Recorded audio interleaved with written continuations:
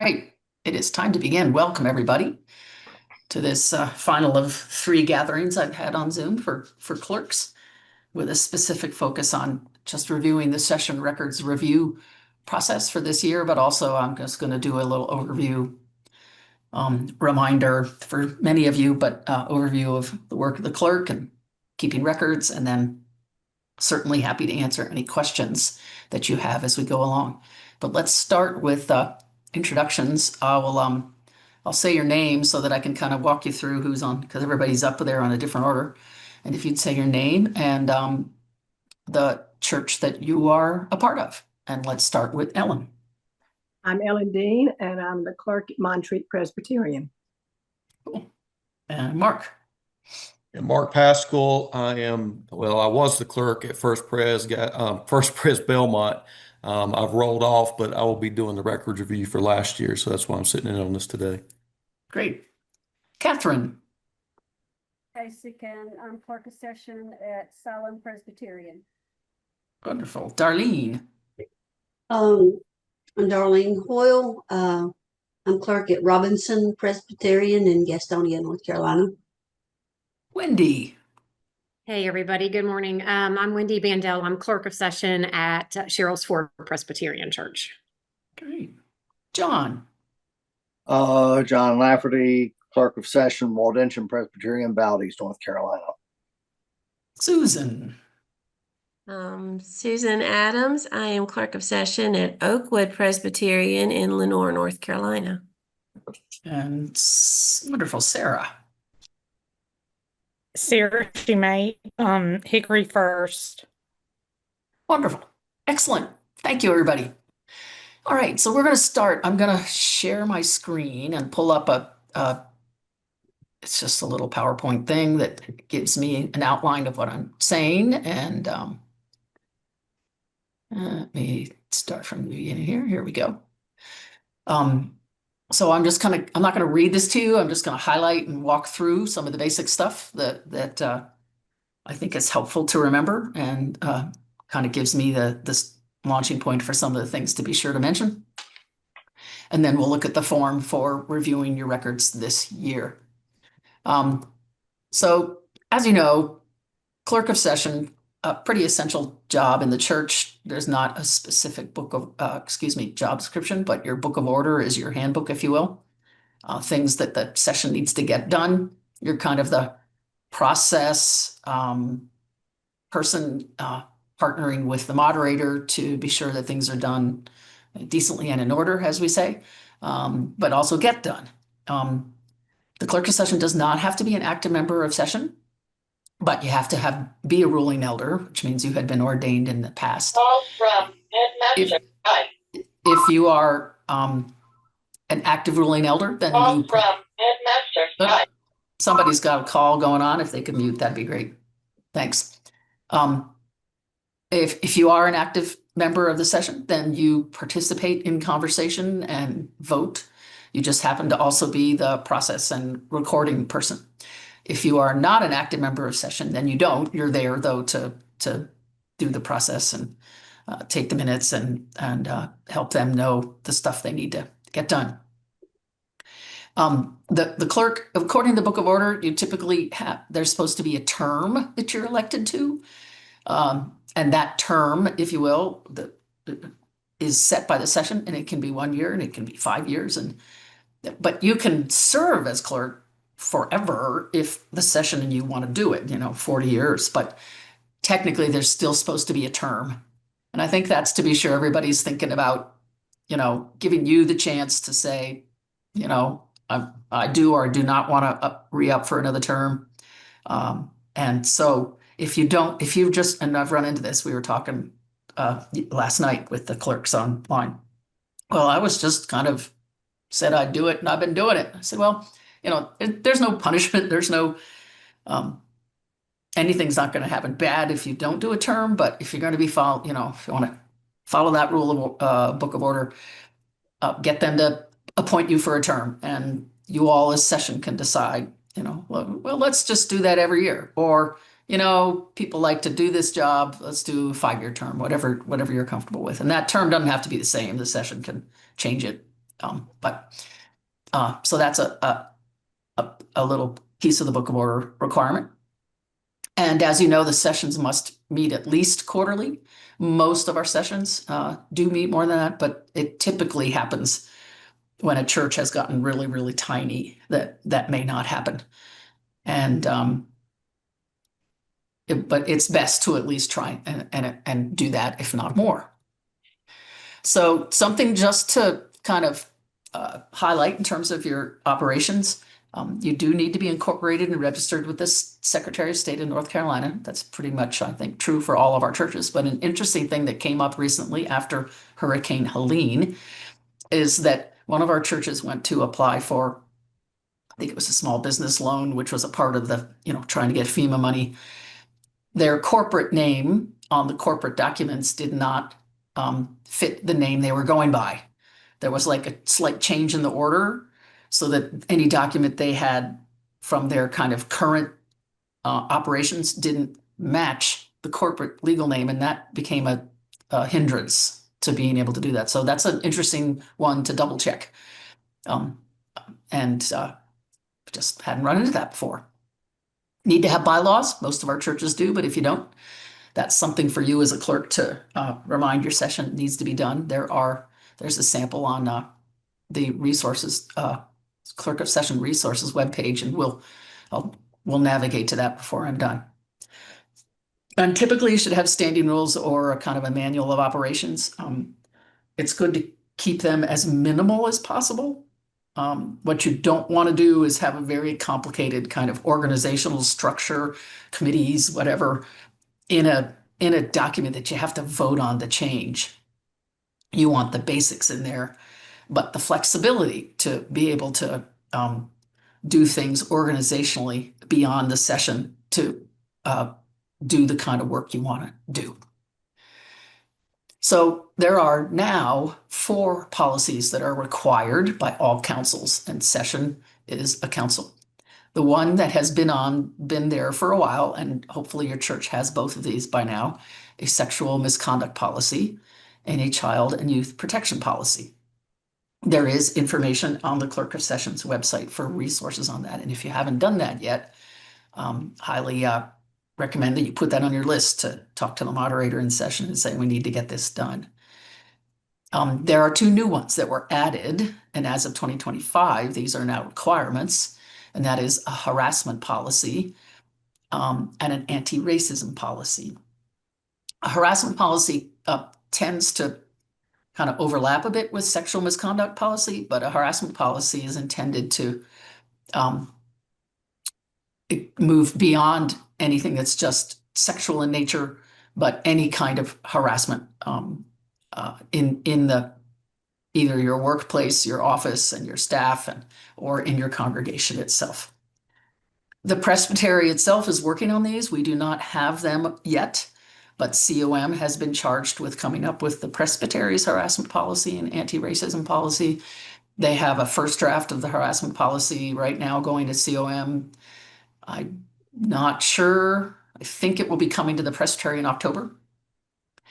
And anytime you do these policies, by the way, it's best to do a first reading and then a second reading. A first reading means whoever's put it together brings it to the body that's in charge. In this case, you could have a task force or a small group of people work on a harassment policy, bring it to session. And the first meeting where they bring it is called first reading. Typically, that means you're not really going to be debating it then. It's there for information and a chance to study it. And the group that wrote it can report on the process. Second reading, which is the next meeting after that, is the time then that the body debates it and approves or rejects it. If it's rejected, then it needs to go back and be redone, because this is something you have to do. Can I butt in with a question? Sure.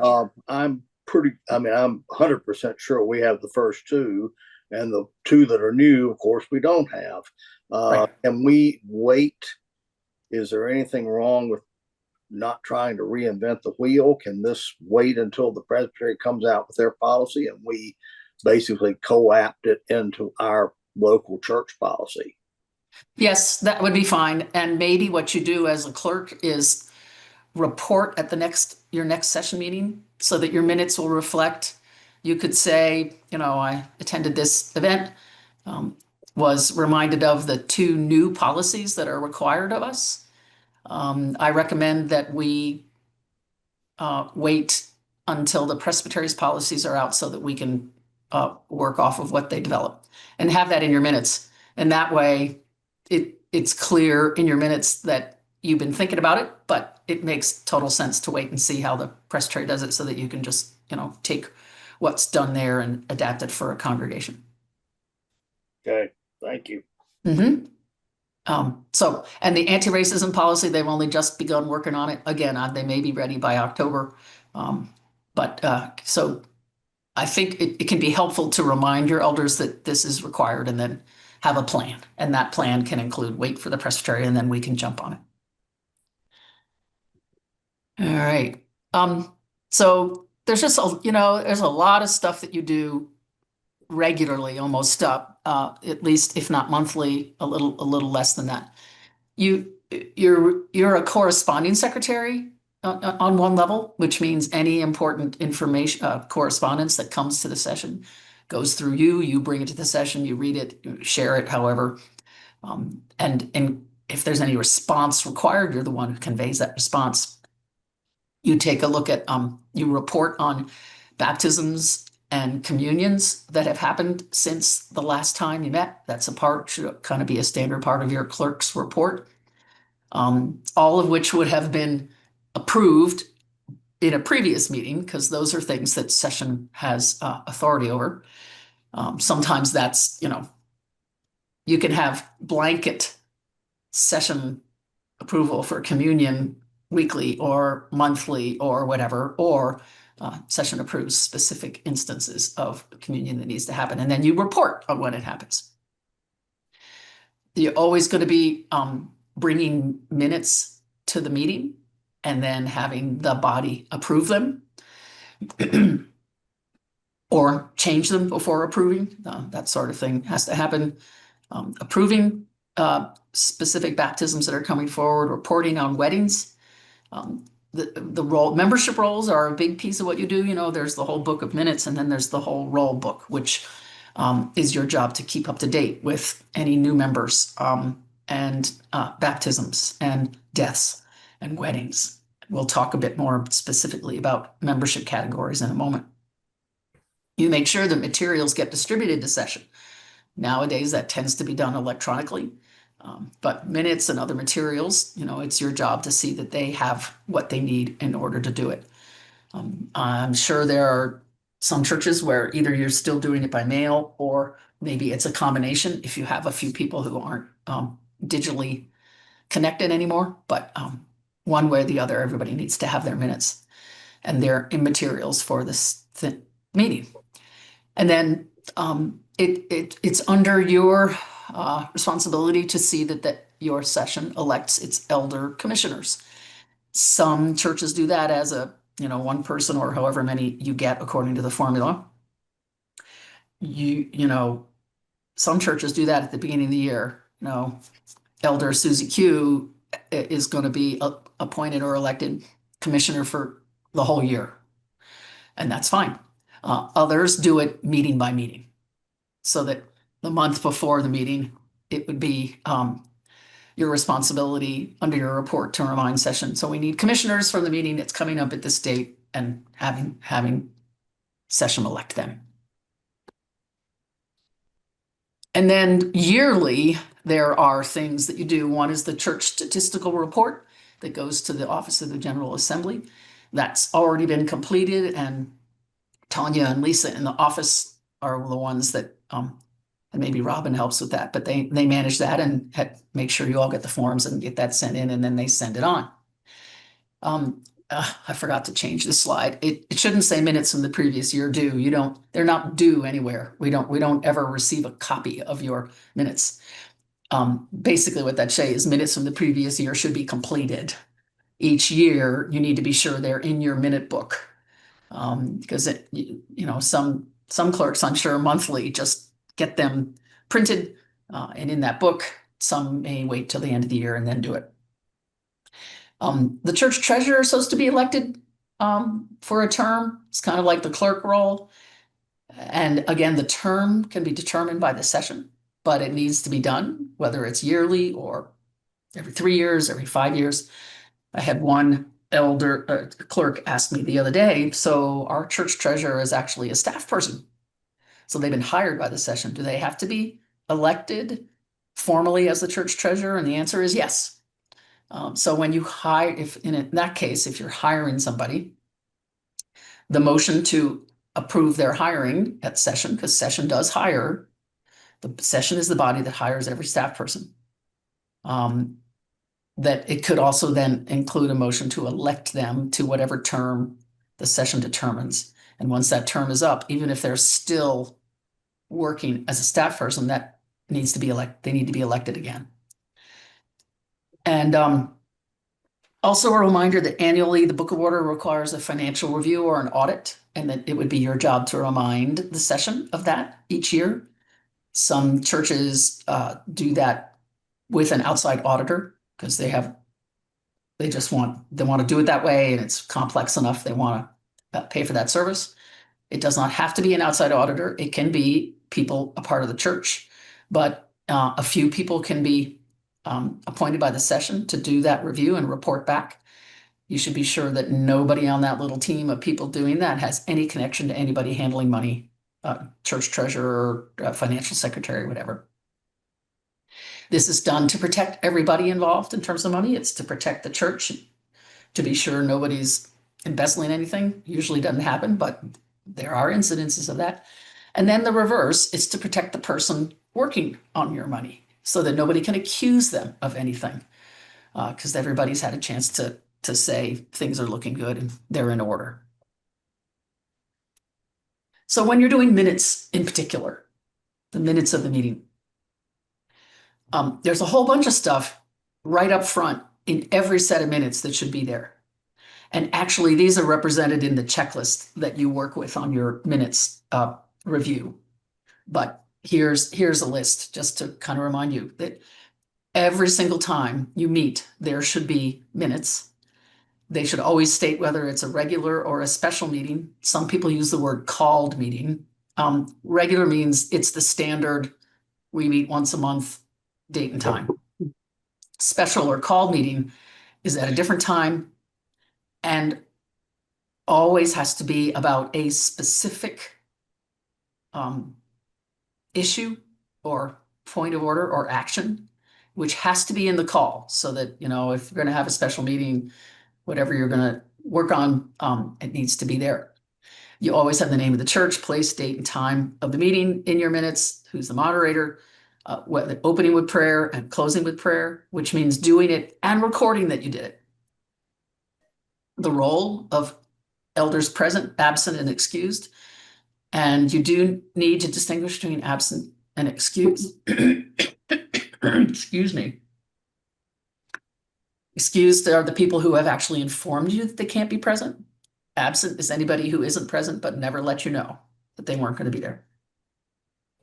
That kind of thing is important for if you run into issues of somebody who's not showing up. There's a difference between somebody who's excused all the time and somebody who's absent all the time. Still can be similar issues in the sense that if somebody's not there and not there and not there, at some point you as a session need to determine whether you want to talk to that person and see what's going on, or encourage them maybe to resign because they're just not able to be there. But knowing whether they've been absent or excused helps shape that conversation. Always a quorum, and your bylaws should set what that quorum is, or the session should determine that. And but that should be stated. There should always be an agenda. In the special meeting, it will always be the call for the meeting. We are meeting for the purpose of XYZ, whatever it is. If it's the regular meeting, there should be a full agenda, and that would have been worked out with you and the moderator ahead of time and sent to everybody so they know kind of what the agenda looks like. And then the approval of the minutes from the previous meeting. So all those things, every single meeting, they're there.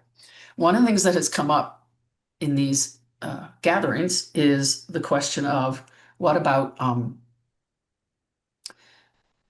email or text votes that you do between meetings. Some churches do that. They have agreed, and first of all, the session needs to talk about and agree on the conditions by which they're okay with, say, an email vote. Typically, it means something of non-controversial nature that is time sensitive and needs to be acted on before the next regular meeting. And that if that's the case, then the clerk is authorized to send out that email. And what you would do is you send the email to everybody that says, here's the issue, stating it, and here's what you're being asked to vote on. And then asking people to reply back to you, yes or no. You keep the tally. And there are actually two ways to deal with it. My favorite way is for you to then bring the report. Well, you would report back to everybody on email, motion passes, we're going to take care of whatever that issue is. And then in your report at the next meeting, report and have the minutes reflect that this email poll was done on this day. Here's the wording of the action. Here's the tally of the vote, motion passed. Then it's in the minutes and it's taken care of. One of the other churches said the way they've done it is they've done I think they called, I've not heard of this before, a memorandum that they put in the minutes. I prefer to put it in the meeting because it's not a meeting, though, but one way or the other, you need to reflect in your minutes that you did that poll, what it was about, and what the outcome was. And the other important thing to remember about anytime you do that, whether it's by email or text, any member of the session can say, I'm not comfortable with this. I want to do this in person. And if even one person, it's kind of like a consent agenda. If one person says, I don't want to do this by email poll, I want us to talk about it, you must shut it down. You have to report to everybody else. John Doe has registered his disagreement with us doing this by poll, so we will wait until the upcoming meeting. Or if it's really time sensitive, then you would say to the moderator, we need to call a special meeting so that we can deal with this issue. And then you'd follow the rules for calling a special meeting, gather by Zoom or in person, and talk about it and do it. Any questions about what I've been saying so far? Would it be wise to just print the emails or text? You don't, I mean, you could for your own personal files, but the ultimate result, the ultimate official record goes into your official minute book. And so you do need them in there either as a part of your report at the next meeting. They can't be stapled and they need to be a part of that actual book or as a memorandum, but you certainly can print them out and have them as your own kind of proof to keep in your own personal files.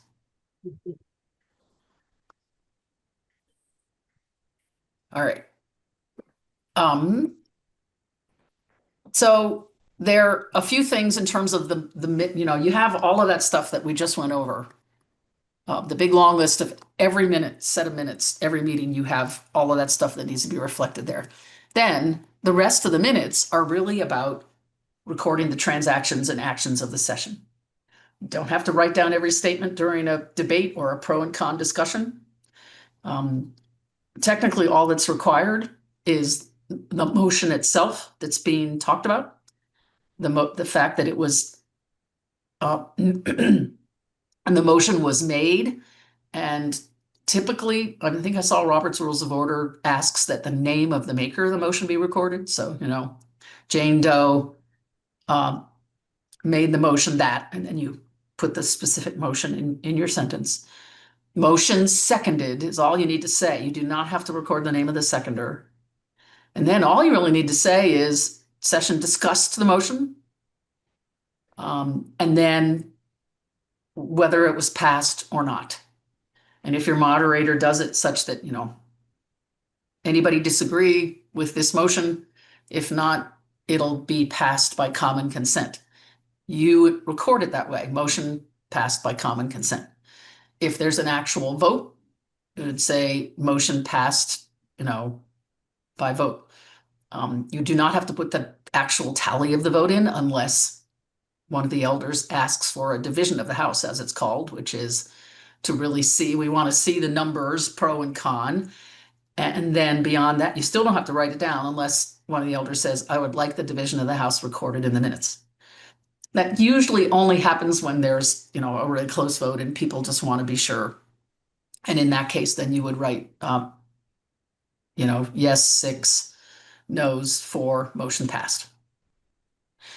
And then all of the minutes that you have in your actual minute book need to be signed by the clerk of session. That it used to be required that the moderator signed it. It is no longer a requirement, but it can still be done. It's optional. You can do that or keep doing that if you want to. When it comes to congregational minutes, you as the clerk also record those. And at any congregational meeting, there are only a few things the congregation actually votes on. They vote on the election of officers, elders and deacons. And they vote on who will serve on the nominating committee. And then terms of call, any changes in terms of call for an installed pastor or associate pastor. The congregation does not vote on the budget, so your minutes should not ever say that. The session can certainly share the budget for information, and your minutes can reflect that. The session shared the annual budget to the congregation at the meeting, and listen to any feedback, but there's no voting on it. And terms of call, this came up last night. Terms of call are for installed positions. There are temporary positions, which include transitional pastor, stated pastor. Those do not get voted on by the congregation. They are voted on by the session only, so they'd be a part of session minutes. And then congregational minutes are signed by both the moderator and the clerk of session. Excuse me, I was writing something, and did you say that the terms of call are not voted on by the congregation? No. Terms of No. call for installed, yes. Yes, okay. A contract with a transitional pastor or a stated pastor Okay. is not voted on by the congregation. I got you. I'm sorry. That's all right. That's right. So when it comes to those actual roles, there are 3 categories of membership now, only 3. Used to be 4. There are baptized members who are people who have not been confirmed, but have been baptized. Typically, they're children of active members.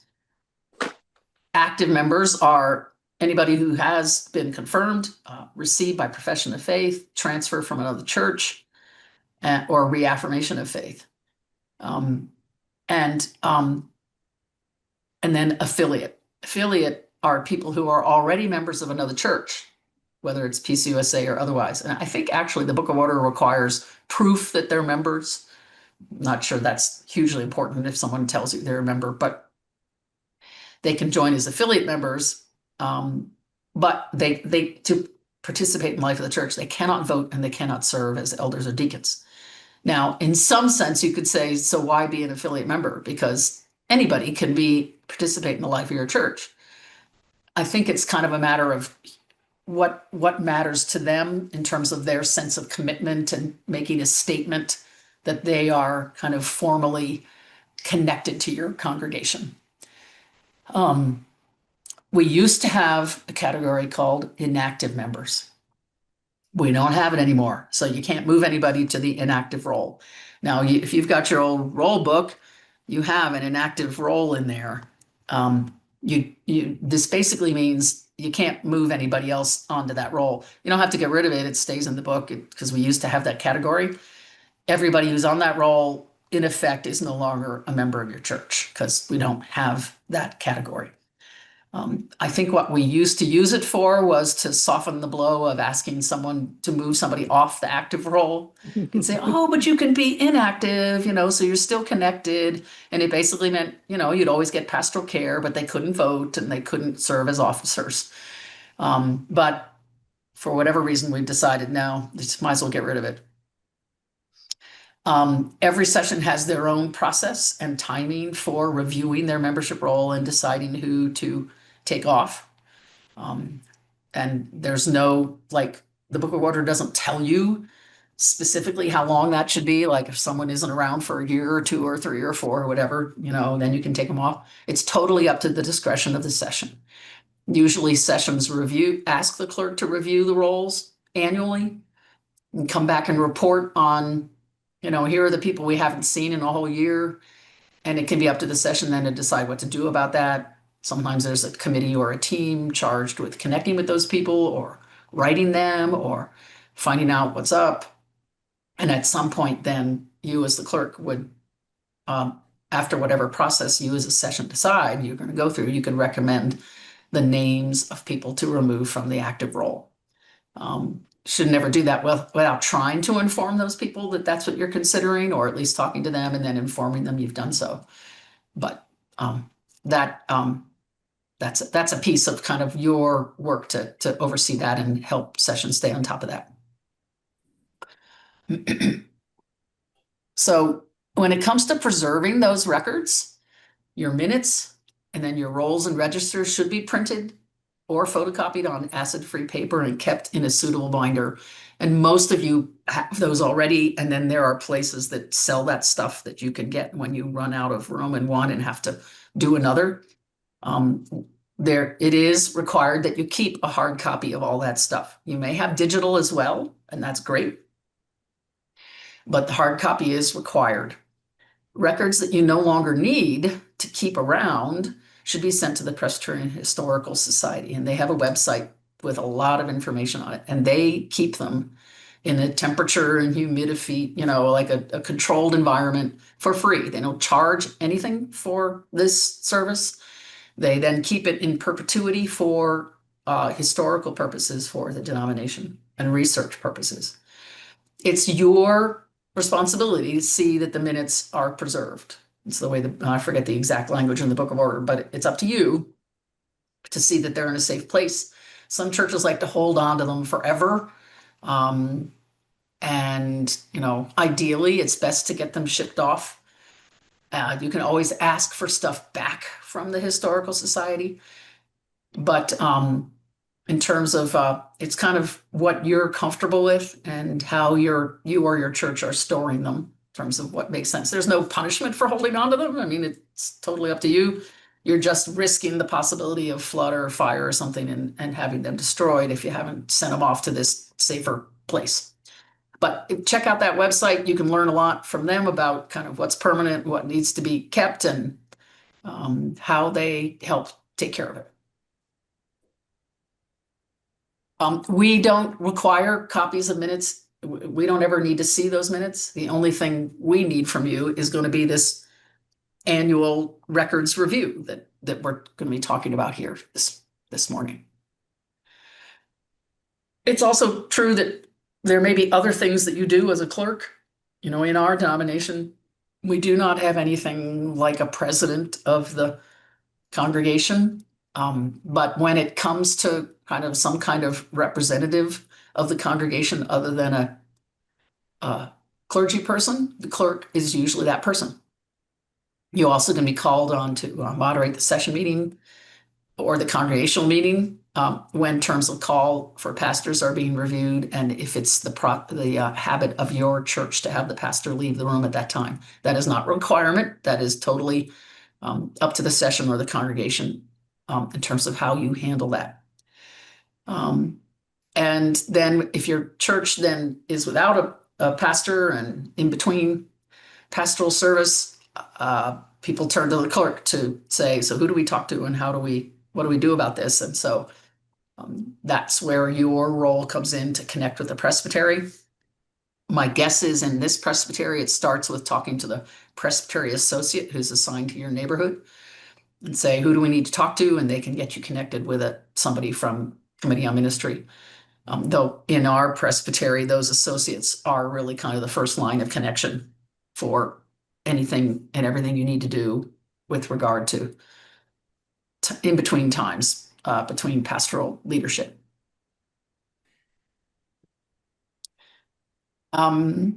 And it's really, that relationship with your moderator is key. It's really, I think, a joy to serve together when have a good relationship. And so working to support that moderator and work together is an important part of the task. So we do have a clerk of session resource page, which I'm going to navigate to in a minute, but I want to stop and see if you have specific questions, further questions that have arisen from kind of what I've reviewed. Well, I've got John Lafferty Waldench, I've got several. Sure. One is what counts. Our church is somewhat ethnic. We have lots of people from way out of town that blow in here for funerals or for weddings or whatever. What counts as a wedding? What counts as a funeral? I'll give you some examples. Mm-hmm. Somebody that is not a church member but grew up in the church. He dies 50 years later, but he's got a plot in our cemetery. And our minister is asked to officiate the funeral. They are not members. That counts as a funeral. Yeah, so it's for a funeral. It's not so much about who it was, is that your clergy were a part of it and it was there. So that counts as a funeral.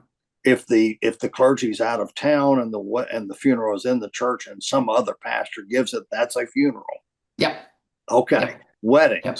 Let's talk about weddings. Church member, for whatever reason, they decide that they're going to be married in a secular ceremony, and it's off church property, but they are members. That is not a wedding. That doesn't count.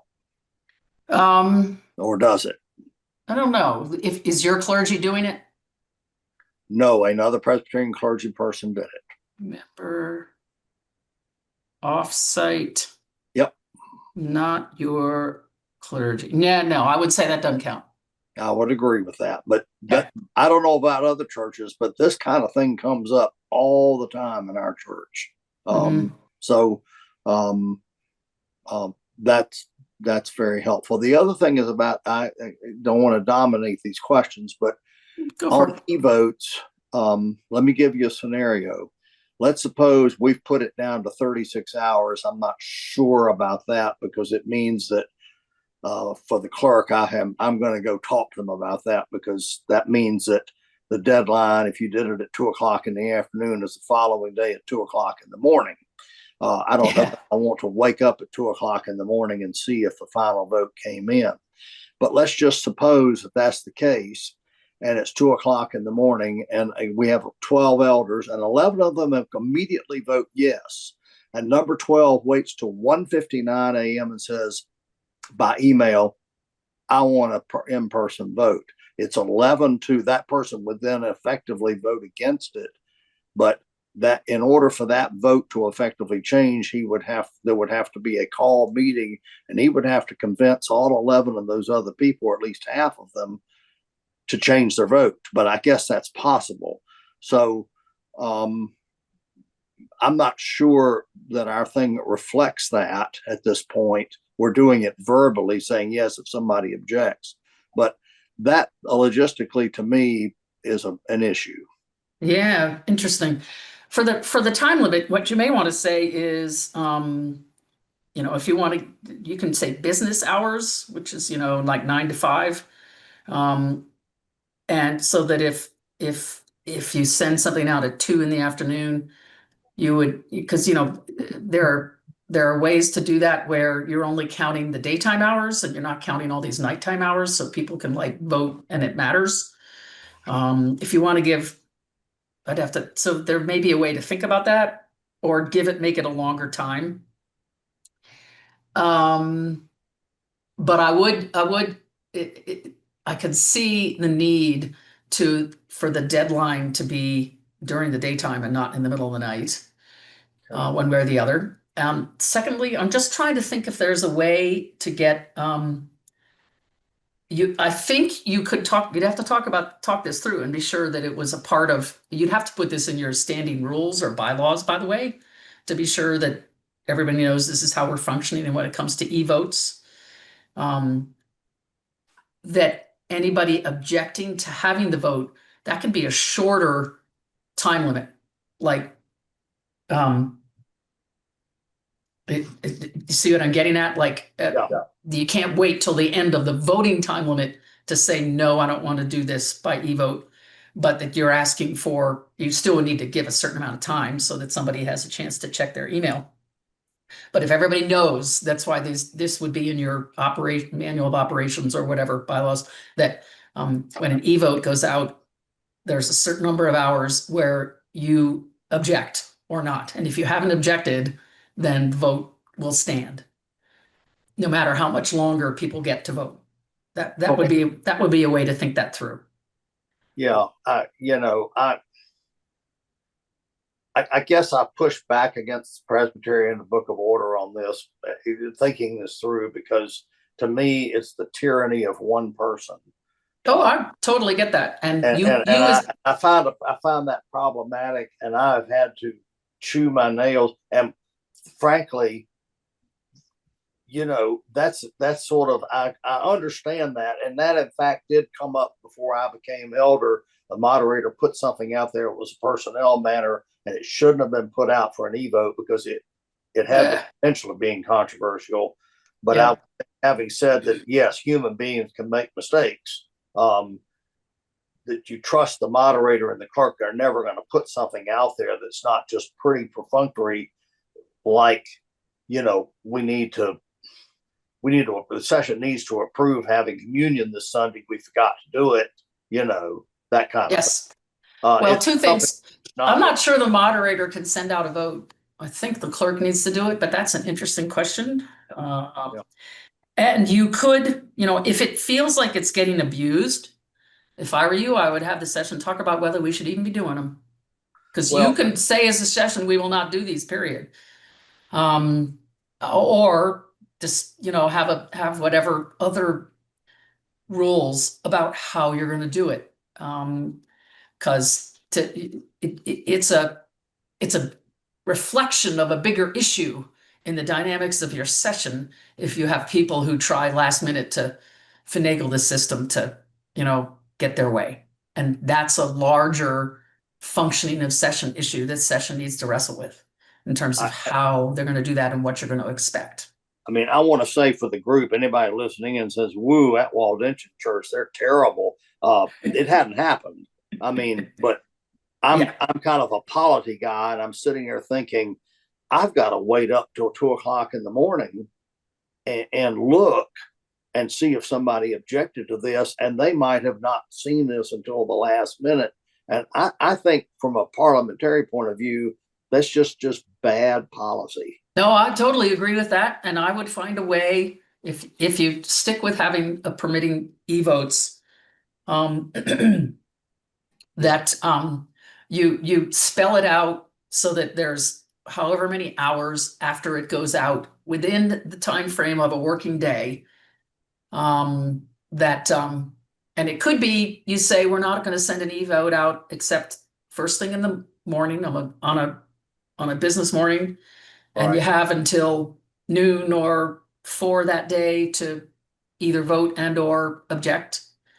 But we can give this much longer and spell out a deadline that's in the daytime. There should be no expectation that you have to sit around and be up at 2 a.m. to see if somebody last minute has done something. That should be, that's not fair and it's not helpful. So, I'm just thinking right off the top of my head, but you can spell it out so that it's clear and everybody knows this deadline, and you can have a different deadline for objection than for voting if you want. Okay. And if it happens, need to have a come to Jesus meeting as a session and say, so why does this keep, I'm not saying it's happening, but if that were to keep happening, to say, we need to talk about this. Why is this happening? Does it mean we really need to not do e-votes? Because people just aren't comfortable with that? Or does it mean, it seems to happen when people aren't getting their way on something? So we need to talk about that, folks. Let's be honest with one another about why this is difficult for us. Okay. Thank you. Mm-hmm. Mm-hmm. Yeah, technology can be helpful and it can be more difficult in terms of what's happening. And I'm gonna write I'm gonna find out the answer to who can send out an e-vote to a session. And it has to be in your bylaws. I'm gonna ask the other clerks in the other presbyteries, must the clerk do that? Can the moderator do that? It could be, it's only done based on your agreement as a session on who can do that. It cannot be just any member of the session can send out something for vote. So I'm gonna look into that one and I'll send you what I find out. That's fine. I can just say from our point of 'Cause view, we've the done- moderator asked the clerk, Yeah, I'm sending it out. Clerk, send it out? Yeah, At Waldensian, yes. yeah. And I think we've done it both ways at Hickory First. So Yeah, I think our moderator sends it, but he always calls me first and we talk about it. And Yeah, agree. that's my guess is that the moderator and the clerk have to both agree. Yeah, And either one can disagree with the other. If one of you says this feels like it's going to be controversial, then it shouldn't happen. Yeah, that makes the most sense to me. well, and most of ours have been like if we needed to reschedule a called congregational meeting because something wasn't ready, like I think this year for our nominating committee, we weren't prepared, we weren't ready for that to be voted on it yet. And so we had to reschedule that. And then we, Yeah. Voted on something like the statistical report because it was finally all together, but it was between our meetings and it needed to be turned in. Yeah, gotcha. Makes sense. Thank you, John. Helpful question. Okay. Other questions or comments? All right, let me go to the website and I need to share that. So let me share website. All right, so there's the website. And on the website, if you navigate up to Clerks of Session, which is kind of little up on the top, slightly off to the right, and you click on that, you get a whole bunch of things in there. Including sexual misconduct policy of the presbytery. You see a sample child protection policy, sample bylaws, and the survival guide, as we call it, which is a manual for clerk of session that kind of goes over a number of things that we've gone over today. We've updated it with the most recent Book of Order references, so that was updated in March. What we're looking at today is the session record review checklist, which is the second on the list right there. So I'm going to open up for us. And I've discovered as I've been reviewing this with people that I'm in that position of being an outsider who's never used your forms before. And there was some differences in terms of how people used it, but I'm going to tell you how I would use it. So this is the form we need back from you all. And that in terms of reviewing your 2004 minutes and records. A bunch of these are things that should be in every set of meeting minutes. So that when you're doing your review of the actual meeting minutes book, you'll be looking at all of them in 2024 with this item in mind. For instance, number 1, were session meetings open and closed with prayer? This form is set up so you get a yes, a no, and then a place for notes with related to dates or page references. And the way I would use this form is if it's a yes, you've looked through all of the meeting minutes of 2024, every one of them reflects that you opened with prayer and closed with prayer. I would just check yes and leave it at that. You don't need to write down every date that's true. Okay. You really only need to write down the date if it's not true, because this becomes your report card. If you found a meeting where you didn't open with prayer or it wasn't in the minutes that you opened with prayer, you would check no, and then I wouldn't worry about page references. Just write the date, March 5th, 2024. That's the one where we missed it. Part of this is to see if you're missing that in a lot of meetings, that becomes your report card to remind you, oh, this is something I miss or we miss as a session. We need to be sure to do it in the future. If you have only one or two, sometimes, it just happens. Number 2, were session minutes read and approved? Every meeting that needs to have happened and need to be reflected. Yes, if they're all yes, just check yes. Were minutes signed by the clerk? If they were, yes. Now, since you're doing a self-review, if they weren't, you can get them done. So you should be able to say yes on this, no matter what. When we're doing that, sit in the room and trade them, then you get your report card back and, you can fix it later. But in this case, you should have a yes on that because you get to do it before you fill this form out. Can you e-sign those? Can you what? E-sign those. No, these have to be hard copy. This is, you have to have a hard copy of all your minutes, period. No, I'm talking about the minutes. Can you e-sign Yeah. at the bottom after you type it? Oh, I don't see why not. I don't think we have any, yeah. If you e-sign it and it gets printed out that way, then that's fine. So a number of these are every meeting, and you can see and read them there. Now, some of them are a review of the year. 11, did the session meet at least quarterly? That's not something reflected in every set of minutes. That's when you look at the whole year, do you have at least 4 set of minutes or more? If the answer is yes, just check yes.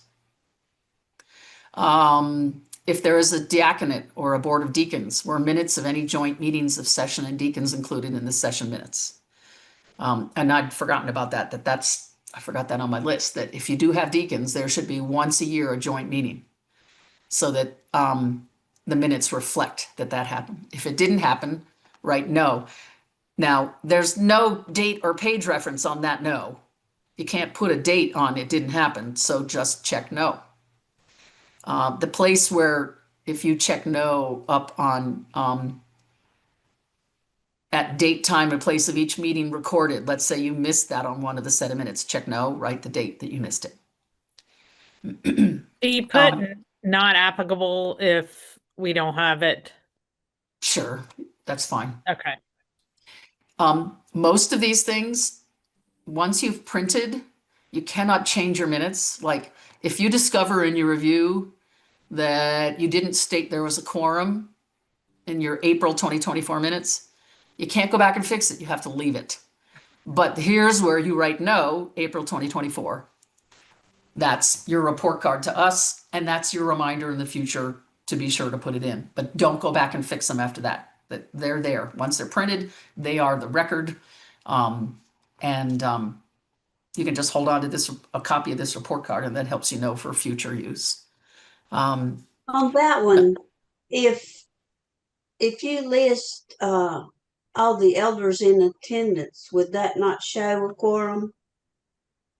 No, you kind of, but you still have to state that there is a quorum. It's the Robert's rules asked.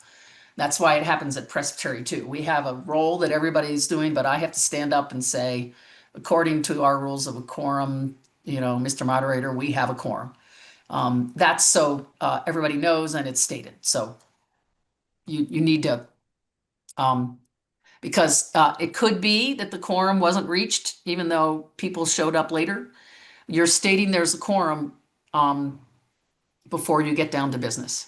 And so your minutes need to say that. And that you've said it. So many of these are kind of a look over the year and see if your answer is yes or no. Number 15, was a report received concerning the attended presbytery meeting?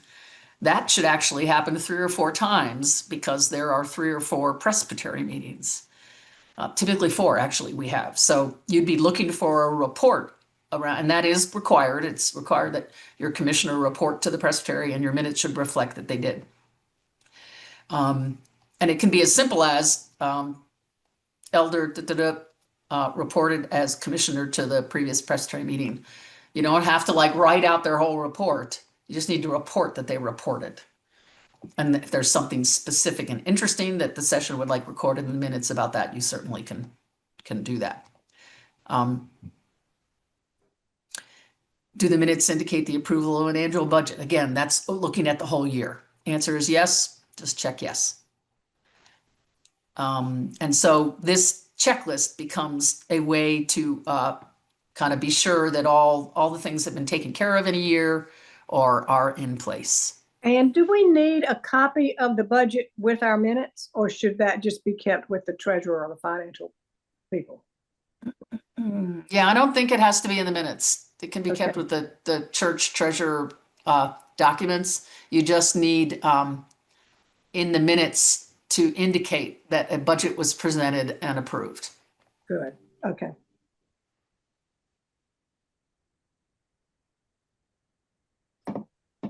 All right, so I don't want to, we don't have to read every single thing on here, but No. as you scan it down, any other questions that are raised for you?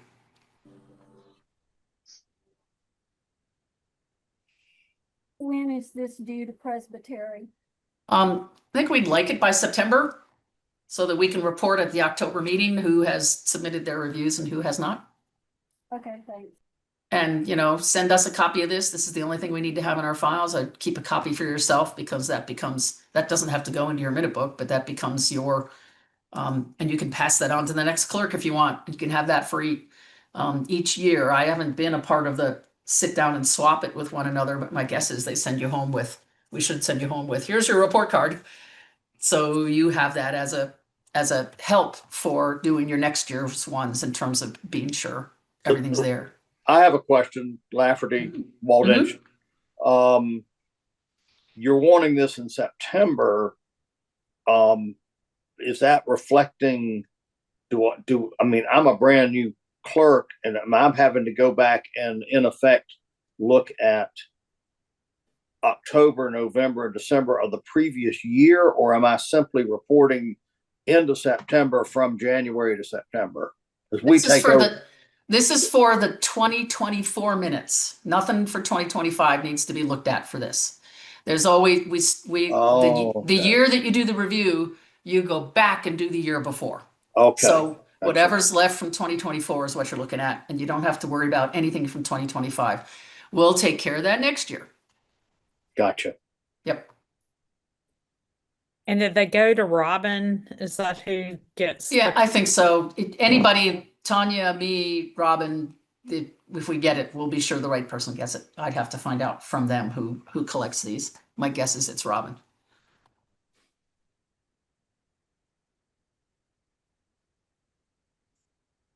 Can you send us a specific person to send that to? I think that would be helpful so we know how to address this. Okay.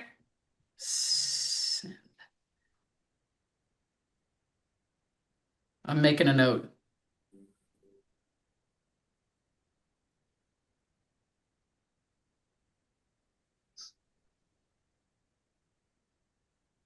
Remember, I wrote an initial letter and then they wrote it. I'll double check and we'll just send a reminder out.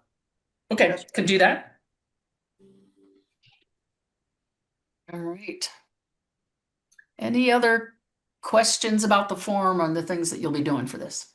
Notice, I should say, it says clerk of session, put your name, reviewer is you, so just sign it and date it. And you'll notice up at the top, it says year, you'll be filling in 2024. This is for the records of 2024. But you're dating the date you sign it down there so we know when you did it in 2025. All right. Well, if there are no other questions, then I think we have finished our time together. So Right. Let me close this in a word of prayer. Gracious God, thank you so much for this time. Thank you especially for these leaders and the work that they have taken on to support the leaders of their congregation and their congregation as a whole. Guide us that we may do this work with joy and dispatch. In Christ's name we pray. Amen.